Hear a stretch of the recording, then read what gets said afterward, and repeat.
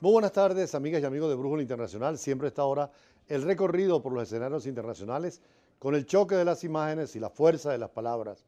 Uno de los temas más importantes en el siglo XXI en las relaciones internacionales es el tema nuclear. El Papa Francisco ha hablado de la desnuclearización del mundo, de la eliminación de la proliferación de las armas nucleares. Lo ha hecho Gorbachev, quien después de ser el hombre más fuerte en la Unión Soviética, terminó con el comunismo, se dedicó a crear la Cruz Verde Internacional en Ginebra y ha venido en una campaña permanente para reducir los arsenales nucleares y la tentación atómica. En América Latina, por supuesto, se creó lo que se llama el Tratado de Tlatelolco, que es un tratado de la OPANAL, que crea el organismo de la desnuclearización de América Latina, para evitar que países como Brasil o Argentina, que tienen desarrollos nucleares muy importantes, caigan en la tentación atómica. Venezuela, en los épocas de Pérez Jiménez, tuvo un reactor nuclear y había militares interesados en el desarrollo nuclear con el uranio que hay en el país. Sin embargo, la tendencia en el continente es no tener armas nucleares, pero Europa sí las tiene. Francia tiene armas nucleares, Inglaterra también, las tiene Estados Unidos, Rusia y China, los 5 miembros del Consejo de Seguridad. Sin embargo, al margen de las Naciones Unidas, hay la amenaza nuclear de la India y Pakistán. Por problemas internos han tenido con el uranio, fisión nuclear, la posibilidad de tener esa arma terrible. Vimos lo que fue Hiroshima y Nagasaki en 1945, el 6 y el 9 de agosto, e Israel también, por razones de seguridad, tiene el arma atómica, con lo cual son 8 países que la tenían hasta ahora, 5 de Naciones Unidas del Consejo de Seguridad, Israel, India y Pakistán, y recientemente la amenaza nuclear de Corea del Norte, con muchos problemas económicos y sociales, pero se ha centrado en tener el arma nuclear, lo que le da fuerza frente a Corea del Sur y frente a Japón, y una amenaza incluso para los Estados Unidos. Por eso Donald Trump ha dicho que podría tener una reacción directa contra Corea del Norte, con lo cual se podría abrir el tema nuclear, que es terrible para la humanidad. Lo cierto es que en América Latina estamos en un territorio desnuclearizado, se produce energía nuclear en los reactores nucleares, pero se evita pasar del uso pacífico al uso militar. Es apenas una línea muy fácil de traspasar, porque quien contiene uranio pues puede tener también armas nucleares con misiles, que son los que conducen la arma atómica. Lo cierto es que Chernobyl, que fue un accidente nuclear, Fukushima en Japón, demuestra también el peligro de las radiaciones, más allá del efecto calórico o mecánico del arma nuclear, el terrible efecto radiactivo. Veamos precisamente una nota sobre el tema nuclear que preocupa a la comunidad internacional y que la propia Naciones Unidas llama la no proliferación, no ensayos nucleares y reducción de los arsenales nucleares. Una bomba atómica o bomba nuclear es un dispositivo que obtiene una gran cantidad de energía no explosiva por medio de reacciones nucleares. Su funcionamiento se basa en provocar una reacción nuclear en cadena sostenida. Se encuentra entre las denominadas armas de destrucción masiva y produce una distintiva nube con forma de hongo. La bomba atómica fue desarrollada por Estados Unidos durante la Segunda Guerra Mundial gracias al proyecto Manhattan, y es el único país que ha hecho uso de ella en combate, en 1945 contra las ciudades japonesas de Hiroshima y Nagasaki. Su procedimiento se basa en la fisión de núcleos atómicos pesados en elementos más ligeros, mediante el bombardeo de neutrones que al impactar en dicho material provocan una reacción nuclear en cadena. Para que esto suceda es necesario usar núcleos fisibles como el uranio 235 o el plutonio 239. Existen varios tipos, entre ellas bomba de uranio, bomba de plutonio, bomba de hidrógeno o termonuclear y bombas de neutrones.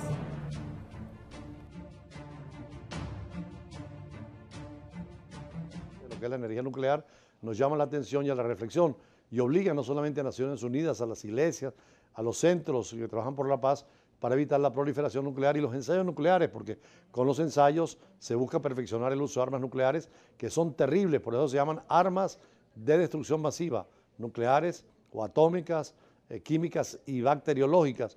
El mundo estaría al fin de su historia si hay una guerra con este tipo de armas. Precisamente en el caso de Irán es muy importante porque mañana son las elecciones en Irán. El Yuma, el viernes, es el día religioso equivalente al domingo en el mundo cristiano, y ya están cerradas las urnas para la votación de mañana. Ojalá gane a quien nosotros quisiéramos que ganara y el mundo en general, que es el presidente Rouhani.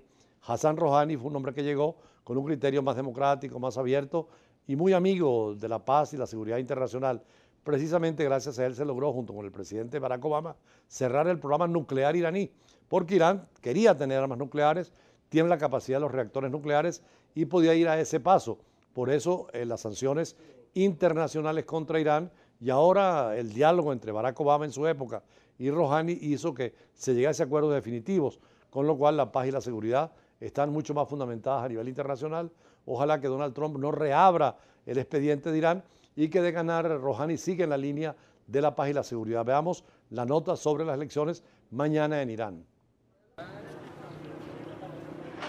Los iraníes se preparan para elegir presidente el viernes. Decidirán si dan un segundo mandato al presidente moderado Hassan Rouhani. Su principal rival es el conservador Ebrahim Raisi, cercano al líder religioso Ali Khamenei. El mundo entero está mirando a sus elecciones. Cuando digo el mundo entero, me refiero a jefes de Estado, de los Estados Unidos, miembros del Parlamento, gobierno y también poderosos países europeos. Los comicios se desarrollan en un ambiente de tensión con Estados Unidos tras el inicio de la administración Trump. Rouhani propone continuar la apertura iniciada en 2015 con un acuerdo nuclear histórico con potencias como Washington que liberó al país de sanciones económicas internacionales, aunque no atrajo las inversiones extranjeras esperadas. Ebrahim Raisi se ha beneficiado denunciando la falta de resultados y apuesta por la economía de resistencia enfocada en la producción e inversiones nacionales. Somos amigos del mundo. Hassan Rouhani es mi candidato deseado y el candidato deseado por la mayoría de la gente. Nos gustaría votar por la paz y la reconciliación. Estoy desempleada y no voy a votar porque no va a tener ningún impacto en mi vida. Todo lo que tenemos es miseria y el alto costo de vida. Si la tasa de participación es baja y alguno de los candidatos no obtiene más del 50% de los votos, existe la posibilidad de una segunda vuelta el 26 de mayo. Más allá de cualquier consideración sobre Irán, hay que señalar que es un país muy importante en el Medio Oriente, es de tendencia chiita, religión, visión del Islam distinta a Arabia Saudita que es sunita. Precisamente en Siria es la confrontación entre el modelo de Arabia Saudita sunita y el presidente Bashar al-Assad, que está en la línea de los chiitas. Y por supuesto Irán es un país muy importante en la OPEP.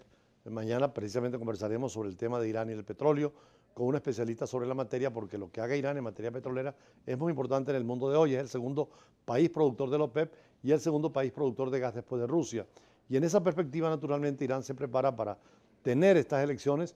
Ojalá que Rouhani pueda ganar y siga el proyecto de paz, de diálogo y negociación.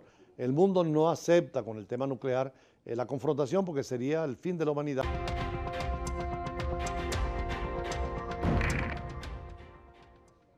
Una noticia de último minuto es el atentado en Times Square de un acto terrorista, pero no se sabe de qué origen. Siempre se busca la fuente islámica, pero en este caso hay que esperar cuál es la decisión que tienen las autoridades. Pero veamos la foto precisamente de lo que significó este atentado y lo que pueda ocurrir. De todas maneras, es prematuro avanzar en las investigaciones. Lo cierto es que el terrorismo tiene alarmado a la sociedad mundial. Estuvimos en Francia en las elecciones de Macron y vimos cómo París estaba totalmente sellada para evitar atentados después de lo que ha pasado tan gravemente en el caso de Francia y en otras partes de la Unión Europea. Y seguimos con otras informaciones a nivel internacional, especialmente con lo que ha dicho el gobierno mexicano en protección de los periodistas. Hace poco, estando en París, estuvimos en la UNESCO y estaba reunido el Comité Ejecutivo de la UNESCO, que es la Organización de Naciones Unidas para la Cultura, la Ciencia y la Educación. Por cierto, ahí se hizo un reconocimiento a Brújula Internacional, pero sobre todo al presidente de Globovisión por la actividad de Globovisión en América Latina junto a otros canales en función de la democracia, la libertad de expresión. Y allí veíamos también cómo Francia se blindaba frente al terrorismo y una resolución era protección a los periodistas a nivel internacional para cubrir tanto guerras internacionales como conflictos internos, y esto es lo que ha hecho el gobierno de México. El presidente de México, Enrique Peña Nieto, abordó el miércoles por primera vez el tema de la violencia contra periodistas. Luego del asesinato el lunes de Javier Valdés, un reconocido reportero del diario La Jornada y colaborador de la France Press desde hace más de una década. Como ciudadano, comparto la exigencia de justicia del gremio periodístico y de la sociedad entera. Y como presidente de la República, les digo que actuaremos con firmeza y determinación para detener y castigar a los responsables. El mandatario convocó a los gobernadores del país y miembros de organizaciones de derechos humanos. Pidió guardar un minuto de silencio por el homicidio de periodistas y activistas. En las últimas 12 semanas, 5 reporteros y un escritor que tenía un programa de radio de poesía fueron asesinados. La violencia perpetrada contra periodistas y defensores de derechos humanos ha abierto una profunda herida en nuestra sociedad. Peña Nieto se comprometió a destinar más fondos a un programa de protección a periodistas y activistas de derechos humanos y aseguró que se revisarán e impulsarán las investigaciones en proceso. Desde el 2000 han sido asesinados más de 100 reporteros en México. Esta situación que se plantea en México es común a toda América Latina y sobre todo en conflictos de carácter nacional o de carácter internacional es importante la protección a los periodistas en cualquier lugar donde se pueda ocurrir. Por cierto, en relación con las relaciones bilaterales de Venezuela con otros países, acaba de informar la Cancillería brasileña que el embajador que había sido llamado a consulta por el problema de la situación venezolana, como un gesto de buena voluntad de Brasil, es nuevamente traído a Caracas, es un hombre de carrera. Por cierto, cuando vemos la diplomacia brasileña nos da envidia porque no importaba que estaba Dilma Rousseff o Lula o ahora otro gobierno distinto, pero los diplomáticos siguen siendo los mismos. No son diplomáticos a servicio del gobierno, sino del Estado. Son profesionales. Ojalá que un día la diplomacia venezolana tuviese también esa característica profesional. Estaría mucho mejor Venezuela en los campos internacionales y frente a otros gobiernos. Brasil da un ejemplo como América Latina con una diplomacia profesional. Ojalá que la llegada del embajador brasileño a Caracas mejore también la relación, porque tanto Colombia como Brasil están muy preocupados por el tema de que si pasa algo en el país, habrían grandes masas de venezolanos que van al Brasil por la frontera sur o a Colombia por la parte del Táchira, y eso preocupa. Tanto es así que ayer veíamos que incluso Colombia estuvo con una delegación en Turquía para ver cómo tratan los turcos el tema de los inmigrantes de Siria, pensando cómo podría hacerse también si va tanto venezolano a Colombia o en este caso también tanto venezolano que puede ir a Brasil. Veamos la nota sobre este tema. El embajador brasileño en Venezuela volverá a asumir su cargo el lunes próximo. El gobierno de Michel Temer definió la decisión como un gesto de buena voluntad. Em que pese as críticas que tem que fazer por dever. Pese a las críticas hacia Venezuela por nuestras convicciones y por nuestra preocupación sobre la situación en el país respecto a los derechos humanos y las libertades, Brasil siempre tiene en mente la necesidad y la disposición de mediar para ayudar a resolver el conflicto. El ministro de Defensa añadió que el gobierno alista un plan de contingencia para una crisis migratoria en su frontera con Venezuela, en caso de que se agrave el conflicto político y social de su vecino. Ante la situación actual, esperamos lo mejor. Torcendo pelo melhor.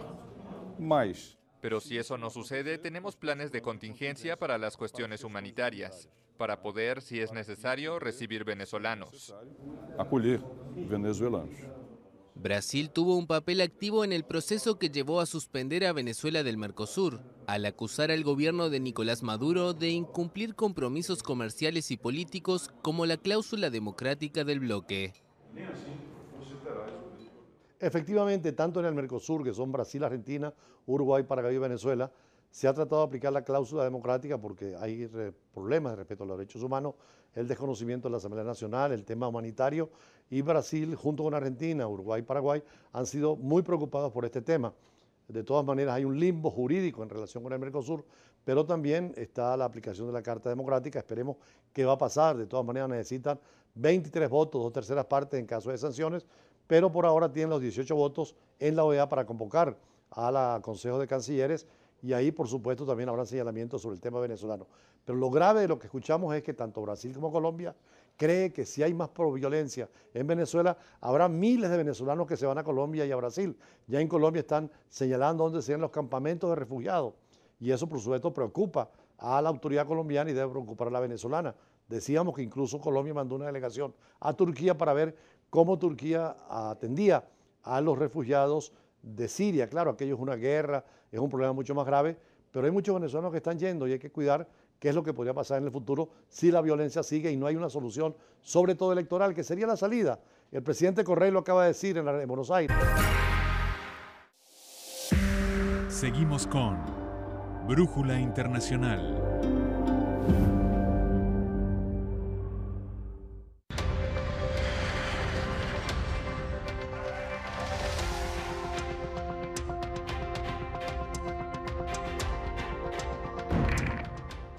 Qué difícil ha sido para Colombia el proceso de paz, una guerra de 1958, con la muerte de Gaitán y todo lo que fue la FARC.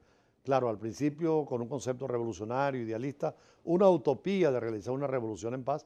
Sin embargo, se contaminó con la violencia, sin el apoyo cubano y ruso pasó a utilizar el narcotráfico, la droga, y después, ayuda de otros gobiernos extremistas del mundo, mantuvieron la violencia. Por eso es difícil llegar a la paz.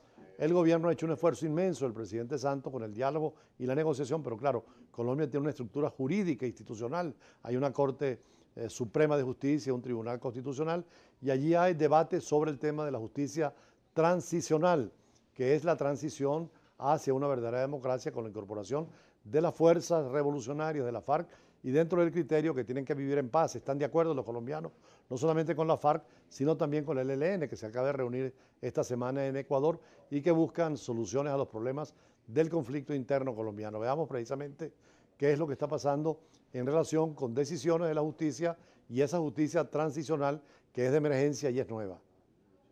El organismo judicial dejó sin efecto el numeral H del artículo 1 del Acto Legislativo para la Paz, que contemplaba: los proyectos de ley y de acto legislativo solo podrán tener modificaciones siempre que se ajusten al contenido del acuerdo final y que cuenten con el aval previo del Gobierno Nacional. Y el numeral J, que establecía: en la comisión y en las plenarias se decidirá sobre la totalidad de cada proyecto, con las modificaciones avaladas por el Gobierno Nacional en una sola votación. Voceros de la Corte Constitucional de Colombia explicaron que las limitaciones del Congreso en las leyes del Acuerdo de Paz resultaban incompatibles con el principio de separación de poderes. A pocas semanas para que se concluya el proceso de dejación de armas, las FARC expresó que la decisión los tomó por sorpresa y que no representa un buen mensaje para el país, por lo que mantendrán una reunión para analizar las implicaciones de esta medida y fijar una posición al respecto. Para el asesor jurídico del grupo guerrillero, la única salida ante esta decisión es un proceso constituyente para implementar el acuerdo de paz, ya que a su juicio, la Corte ha congelado el pacto fijado entre el gobierno colombiano y las FARC. Después de 100 días del gobierno de Donald Trump, no ha sido fácil para el presidente romper con criterios tradicionales de la burocracia norteamericana. Recordemos que en los Estados Unidos, aunque es un régimen presidencialista, el presidente está sujeto al Congreso Nacional, que es soberano, la representación máxima del poder popular, y al Tribunal Supremo de Justicia. Ahí los jueces son vitalicios y el presidente no tiene maniobra ni control sobre el Poder Judicial, a diferencia de algunos presidencialismos latinoamericanos que dominan, ya sea el Parlamento, dominan el Tribunal Superior Constitucional y por lo tanto hacen y deshacen en función de los gobiernos. En Estados Unidos hay un equilibrio y uno de los temas más delicados para Trump es cómo explica su relación con Rusia, sobre todo con Putin, que inclusive se dice pudo ayudarlo en las elecciones cuando golpeó a la candidatura de Hillary Clinton. De todas maneras, apenas comienza el gobierno del presidente de los Estados Unidos, Donald Trump, y por ahora los propios republicanos tienen muchas interrogantes sobre su gobierno y por supuesto la oposición abierta de los demócratas, entre ellos la propia Hillary Clinton, que comienza de nuevo la vida política en ese país. El mandatario estadounidense se refirió a la campaña de su contrincante en las elecciones del 8 de noviembre, Hillary Clinton, y al gobierno de su antecesor Barack Obama, asegurando que en ambos escenarios se produjeron actos ilegales y no se designó nunca a un fiscal especial. A pesar del escándalo en el que se ha visto envuelto, el jefe de Estado norteamericano insistió en su inocencia y manifestó que la investigación exhaustiva comprobará que no existe ningún tipo de nexos entre su campaña electoral y el gobierno ruso. Recordemos que el presidente Donald Trump ha generado polémica entre altos funcionarios de Estados Unidos tras el despido la semana pasada del director del FBI, James Comey, y por supuestamente haber solicitado al ex agente abandonar la investigación en contra del ex asesor de seguridad Michael Flynn. Esta versión fue rápidamente desmentida por la Casa Blanca. Para sus especialistas en Estados Unidos, sobre todo profesores universitarios de relaciones internacionales, vemos en sus escritos que hay preocupación primero por la actitud de Donald Trump con Rusia. Rusia y Estados Unidos siguen siendo las dos potencias más importantes con capacidad nuclear destructiva de todo el planeta y con intereses regionales muy precisos. Pero también el tema de China, una nueva fuerza que está creciendo en el Extremo Oriente y que además por ahora tiene también la agravada situación de Corea del Norte, donde China podría estar por lo menos cerca de Corea del Norte en una confrontación con Estados Unidos. Igualmente el tema del Medio Oriente para los especialistas es muy complicado para ver qué va a hacer Trump.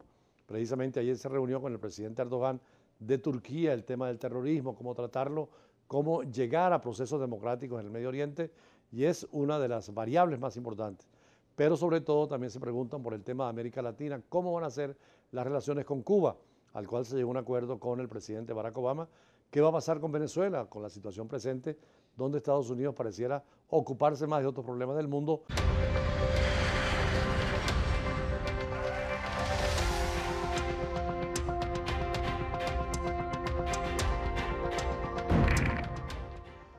En los Estados Unidos, naturalmente, que no solamente es el estatuto político el que domina el establishment, sino también las causas económicas, sociales, la geopolítica de Estados Unidos en el mundo, sus alianzas y también las confrontaciones que puede tener. Por supuesto, en el caso de Donald Trump, su relación con Putin, que es lo que sigue siendo el debate, hasta dónde llega o si habrá confrontación tarde o temprano, como pasó con los presidentes anteriores. Veamos. Aumentan las presiones sobre Donald Trump. El presidente estadounidense se encontraba el miércoles en el ojo del huracán por supuestamente haber revelado información de inteligencia a diplomáticos rusos y presionar al FBI por una investigación sobre sus presuntos nexos con Moscú en las elecciones del año pasado. Miren la forma en que he sido tratado recientemente, especialmente por la prensa. Ningún político en la historia, y lo digo con gran seguridad, ha sido tratado peor o más injustamente. La polémica ha llegado hasta el Congreso, donde la minoría demócrata pidió una investigación independiente sobre las supuestas relaciones de Trump con Rusia. Una comisión del Senado que investiga la presunta interferencia del Kremlin en las elecciones del año pasado llamó a una audiencia pública de James Comey, el exdirector del FBI despedido por Trump la semana pasada. En tanto, los republicanos pidieron concentrarse en los hechos en lugar de las especulaciones. Por su parte, el presidente ruso Vladimir Putin se burló de la tormenta política desatada en Washington. Podemos ver una esquizofrenia política que se está desarrollando en Estados Unidos. No puedo explicar de otra manera las acusaciones de que el presidente le contó a Lavrov algunos secretos. Putin propuso revelar la transcripción de la conversación que su canciller Sergei Lavrov mantuvo con Trump la semana pasada. Según medios estadounidenses, el magnate le habría contado al diplomático sobre ataques que el grupo yihadista Estado Islámico estaba planeando. Una información que Israel dio a Washington con la condición de no traspasarla a nadie. No, y más allá de la relación entre Estados Unidos y Rusia, lo que es Trump y lo que es Putin, hay propias dinámicas, como es el caso de Corea del Norte y Corea del Sur.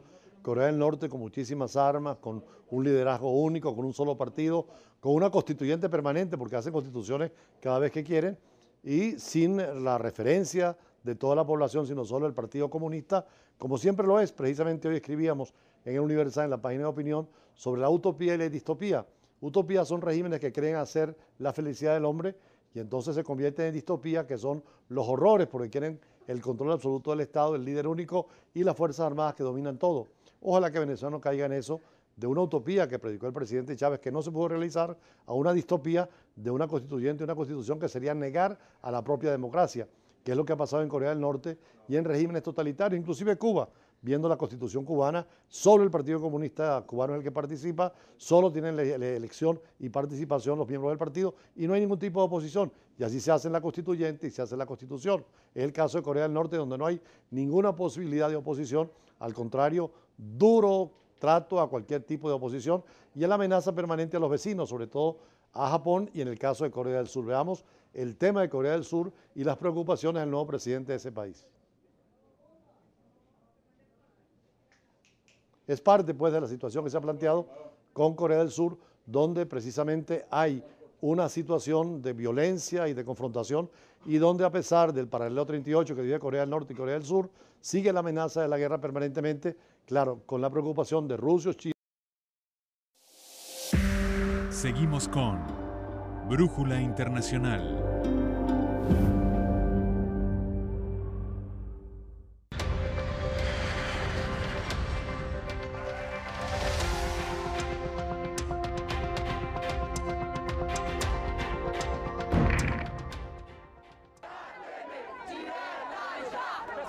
Los brasileños protestaron el miércoles en ciudades como Sao Paulo y Brasilia contra el presidente Michel Temer, envuelto en un nuevo escándalo de corrupción.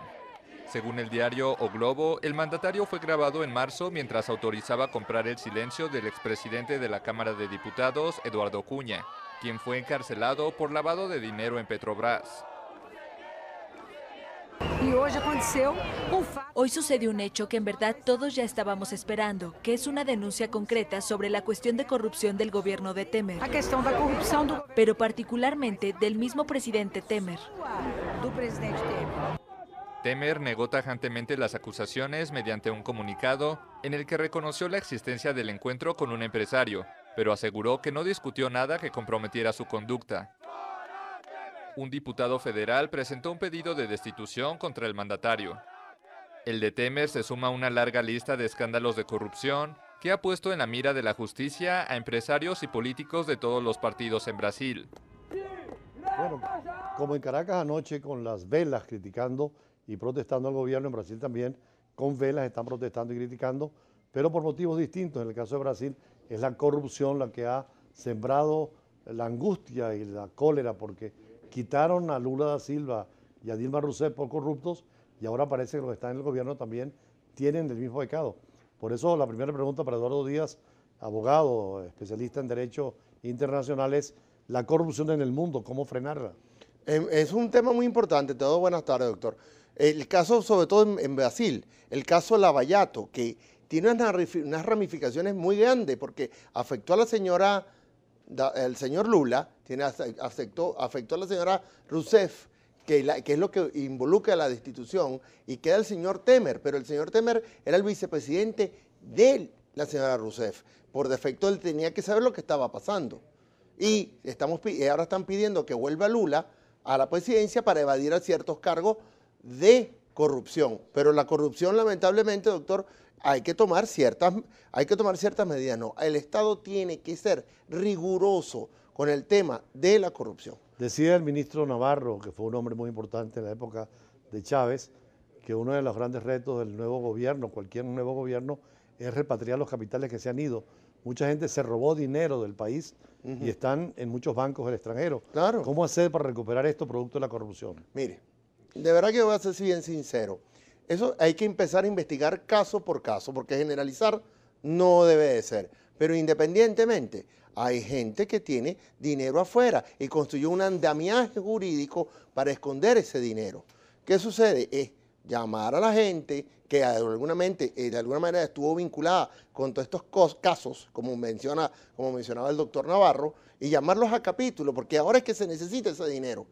Sí, claro, él daba un argumento que el gobierno ha creado el arco minero con todo el drama ecológico que significa destruir 110.000 kilómetros del país con las fuentes de agua, la biodiversidad, para buscar dinero, pero que ese dinero podría venir de los que se llevaron el dinero, pero ¿cómo repatriarlo? Sobre todo en paraíso fiscal. Mire, el paraíso fiscal no existe, para empezar, por eso le dicen paraíso fiscal. Se supone que eso no existe, pero lamentablemente ya es una cuestión a nivel de conciencia y tomar acciones, la fiscalía, de empezar a señalar gente. No es yo o Julio César Pineda con el dedo acusador, sino son cuestiones que tiene que hacer la fiscalía para buscar ese dinero, porque al final, sí, yo voy a destrozar el país, lo cual no significa, como bien lo dije alguna vez, es vender el collar de la abuela. Quiere decir que estoy completamente quebrado cuando tengo que empezar a vender lo que es destrozar el arco minero. Eso es como la persona que le dejaron un tesoro y lo tiene escondido. Yo tengo que empezar a sacar eso, a realizar eso. Y no es un dinero inmediato, es más inmediato buscar el dinero de la corrupción.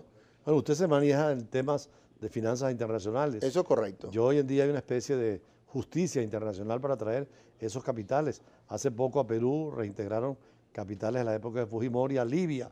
La banca suiza ha reintegrado dinero a nombre de Gaddafi. ¿Es posible traerse ese dinero que se llevaron altos ejecutivos venezolanos? Claro que sí, en esencia sí, porque la gente sabe al final quién es el que está detrás de todo eso. Y al final es la opción, quien tiene que pedir esa opción es la Fiscalía. No es el pueblo venezolano interpretado en la Fiscalía, pero la Fiscalía es la que tiene que tomar esa opción. Pero esos paraísos fiscales como Andorra, como Bahamas, son paraísos fiscales. Eso están de que para no hay mayores eso. Controles. Incentivan hace poco a Pujol, él que fue dirigente de Cataluña, le encontró grandes sumas precisamente en esos que llaman paraísos fiscales. Claro, el paraíso fiscal está diseñado para eso, para esconder cosas, o no para esconder cosas. Se supone que es un dinero que uno tiene aparte. No todo el mundo tiene que ir a un paraíso fiscal a esconder algo, porque también hay gente que quiere mantener reservado un dinero para un familiar, para lo que usted quiera. Pero lamentablemente está lo que es el Panama Papers. Hay gente que aparece en el Panama Papers. Y esas son gente que se dio esa filtración que debe ser, insisto, le toca a la Fiscalía investigar todos esos casos de corrupción, porque pareciera que pasan indemnes, nadie paga. Ahora hay tratados internacionales contra la corrupción, claro, contra la delincuencia organizada, contra el narcotráfico, etcétera, y muchas veces los estados no tienen leyes nacionales, pero los tribunales no actúan. Bueno, también hay una cosa, la justicia es muy lenta en llegar a ese tipo de cosas. Y realmente también si usted edificó un andamiaje jurídico o un andamiaje financiero en donde no saben dónde está el dinero, cuando viene a ser la empresa de la empresa de la empresa de la empresa y usted ve al final seguir ese rastro, es difícil, pero es una cuestión que hay que hacerla, porque se puede hacer. Ahora tanto la derecha como la izquierda, los gobiernos revolucionarios como los conservadores, pareciera que llegan al poder es para enriquecerse y olvidarse del compromiso popular. Mire, doctor, lamentablemente hay una cosa, todo el mundo quiere dinero. Y aquí entró una ingente cantidad de dinero, pero 19 planes Marshall. Realmente, ¿qué pasa? No hubo control sobre eso, porque en Suecia entró una cantidad similar de dinero y la gente tiene control sobre la gestión pública. Aquí no hubo control sobre la gestión pública y lo que dice el ministro Navarro algunas veces es pasmoso, porque también, bueno, ¿por qué se dejó hacer? ¿Por qué se permitió que sucediera todo eso? Ahora, al margen de la situación esta de Brasil, ¿qué criterio tiene usted de las elecciones francesas? Porque comentó mucho las elecciones británicas y no la francesa, donde también había la amenaza del Brexit. A ver, yo estoy agradablemente sorprendido y equivocado, pero agradablemente, porque el señor Macron era la persona que debió haber ganado y ganó, aglutinado con ese porcentaje mayoritario de gente que lo va a apoyar y que es lo que está buscando Theresa May ahora con la elección el 8 de junio. ¿Por qué? Porque el 8 de junio ella quiere buscar ese respaldo para un Brexit. Bueno, es interesantísimo. Ya la semana que viene volvemos a hablar de estos temas. Siempre es interesante conversar de temas internacionales, analizando las realidades que están ocurriendo en el mundo. O en otra oportunidad conversaremos sobre el tema francés más a fondo. Apenas está empezando. En unos días son las elecciones parlamentarias y veremos cómo va a ser definitivamente la manera de gobernar de Macron, un hombre de